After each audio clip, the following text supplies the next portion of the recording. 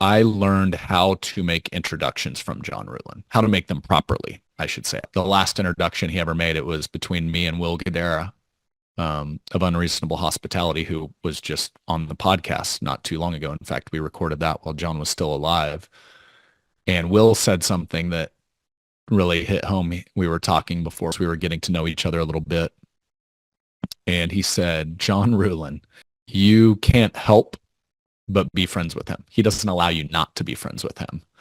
And that was just how he showed up. Very interested in others, always going above and beyond. There was typically something that showed up in the mail not too long after you met him. And I want to deconstruct how he did this because I now make introductions differently because of John. So the first thing, John was so overly generous with the relationships. He was connected to just about everybody. He just had probably the largest Rolodex I've ever seen. And he was gracious with it. I think a lot of people in life kind of hoard these connections. But here's what was cool is one of the reasons that John was able to connect with so many people is he didn't take advantage of this. He didn't use others for his benefit or on his behalf. Think of him as a guy that was really trying to take all of the people that he was connected with and connect them for their own benefit. And I think that's a really important thing when you look at life. We've all crossed paths, unfortunately, with a lot of takers, that it's just, oh, they're in it for their own personal gain. And John was the exact opposite. He was a giver. And here was what he would do. Because I actually asked John about this. I'm like, hey, help me deconstruct how you do this. So the first thing he would do, John helped build my original podcast. He saw something in me and he introduced me probably to my first 50 guests. I bet he introduced me to at least 10 of those, just out of sheer goodwill. And what he would do is he would check with both sides. So for example, Will and Brad, he would text or call Will. Hey, Will, got a friend named Brad. He runs a podcast. I think you'd be great on there. He speaks to financial advisors, a lot of which you share your wisdom out of Unreasonable Hospitality. And he would basically sell Will on why he needs to know Brad. And then he would flip it. Brad, I want to introduce you to Will. Oh, he's a world-class speaker. You guys should, have him in to speak. Definitely have him on the podcast. So he would start by getting both parties excited and getting permission, most importantly. And so once it was a yes on both sides, the double opt-in, the next thing he would do is he would make an introduction like no other.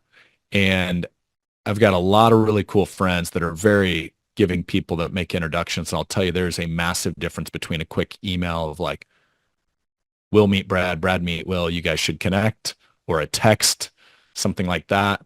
I will tell you probably the success rate of connections like that is maybe 50%. But what John would do, he would take his iPhone and he would do a selfie video and he would essentially say, Will Guidara, meet Brad Johnson. I'm so excited for you guys to connect. And this wasn't fake excitement. This was real. Like John got joy in connecting people. And then he would basically do like a mini bio on each side about how awesome the other person was and why he was so excited for this relationship to happen, the connection to happen. And then John, keep in mind, from a sheer volume standpoint, he was Cutco, the knife company, their number one salesperson in the history of the company by like, I don't know how much over number two, but it was a couple times over. So the guy could sell. And he would sell this video of like why it was so important for these two humans to connect. And then he would put a call to action in there. So at the end, he would say, I see a podcast in your future. You definitely should do a podcast together. Brad, definitely you want to have Will come out and speak for you guys. And he would say, in the next 2, 3, 4 weeks, make sure you make this happen, guys. So if you think about that, any of us that have been trained in sales, he was boxing it in, closing the sale, basically saying, here's how awesome this guy is or girl. Here's how awesome this guy or girl is. You guys should definitely connect and make it happen by this timeline. And here's a couple of first steps, I think, to get the ball rolling. And the guy was an absolute master. And I don't know that I ever had a John Ruhlin introduction that did not connect. And he would even follow up. He'd say, "Hey, did you connect with Will?" A few weeks later. I don't know if John took crazy notes or he just had an insane memory, but I feel like he always remembered all the little details, all the kids' names, what you were up to, all of that. He was an absolute incredible listener. So that's lesson number one. And we'll put an example in the show notes